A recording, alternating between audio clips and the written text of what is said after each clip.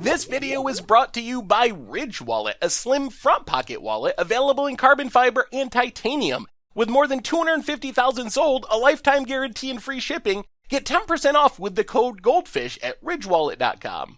Hello everyone, it's Seth, probably better known as Saffron Olive, and it's time for another Instant Deck Tech. So as you know, Tuesday means it's Type 2 or Standard Tuesday, and we have a pretty interesting Izzet deck to look at today. We've seen a lot of Izzet decks in Guilds of Ravnica Standard, but they're mostly like spells, slingery decks, or Drake decks, or even some control decks, but this is pirate-ish Izzet aggro, kind of like Izzet aggro with a pirate sub-theme, I guess, and it comes to us from Ido Kyui, who took it to a top 4 finish in a Japanese tournament, so congrats to Kyui on a super sweet deck. A quick reminder before we break down pirate-ish Izzet aggro for Standard. If you enjoy this deck and you'll want to see it made into videos, take a minute, click the like button, the subscribe button, leave a comment, anything you can do to support your deck, because whichever deck is most popular gets a shot at being made into videos next week.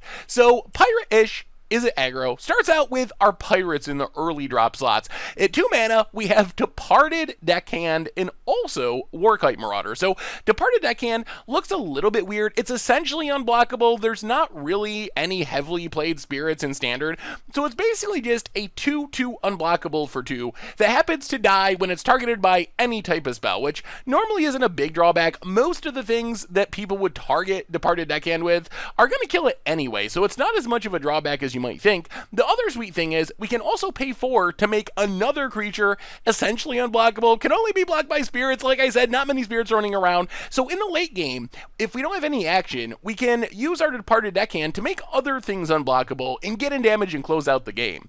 Our second pirate is Arclight Marauder, which is really good for attacking through blockers. We attack with it, we turn one of our opponent's things into a 0/1 until end of turn, basically getting a blocker out of the way, or worst, turning it into a chump blocker and making our opponent give up one of their good creatures to chump one of our not that good creatures. So another good evasive threat in the 2-drop slot. And then we have our 3-drops. In our 3-drop slot, we start out with another pirate in Stormfleet Sprinter, and this goes right on theme with evasive pirates that can get in damage even if our opponent has blockers. Stormfleet Sprinter is just a 3-mana 2/2, but it has haste and is also unblockable. So it comes down, smashes our opponent right away. So we have a lot of creatures that are very evasive and hard for our opponent to block. We also have Goblin Chainwhirler, which is basically just a really powerful card. It gets in some free damage. It deals with a bunch of small creatures. It's a 3/3 first strike for 3. You know what this one does by now. At the top end of our curve, we have 4 copies of Rekindling Phoenix and 4 Siege Gang commanders. So Rekindling Phoenix,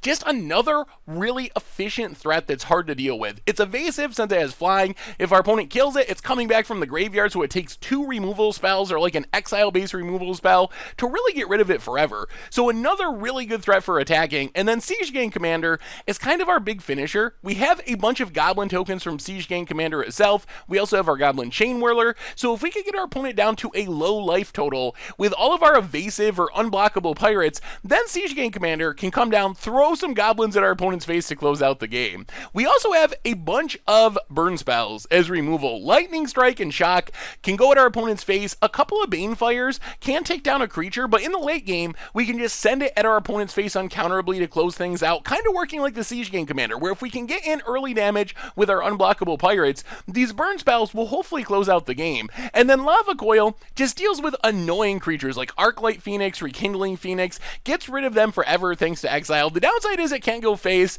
but thankfully we have plenty of other burn spells that can go at our opponent's life total. Mana base wise, we are heavily weighted towards lands that make red mana. Because of our Goblin Chainwhirler, we really want every land to at least potentially tap for red mana.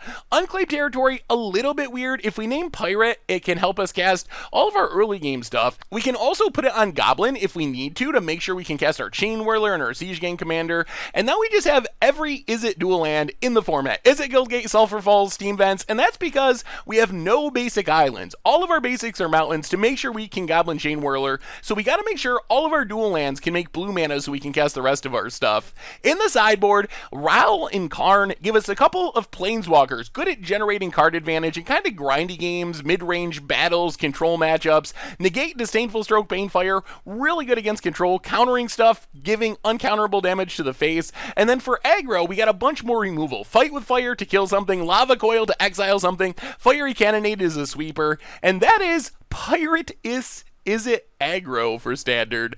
And that's our instant deck tech for today. So thank you so much for watching. I hope you enjoyed the video, and I will talk to you soon. Thanks for watching the video. If you enjoyed it, help us out by clicking that like button down below. And to keep up on all the latest and greatest, click that subscribe button. And don't forget to hit that bell icon to get alerts whenever we have new videos. And if you want to, check out some of our other sweet videos here and here.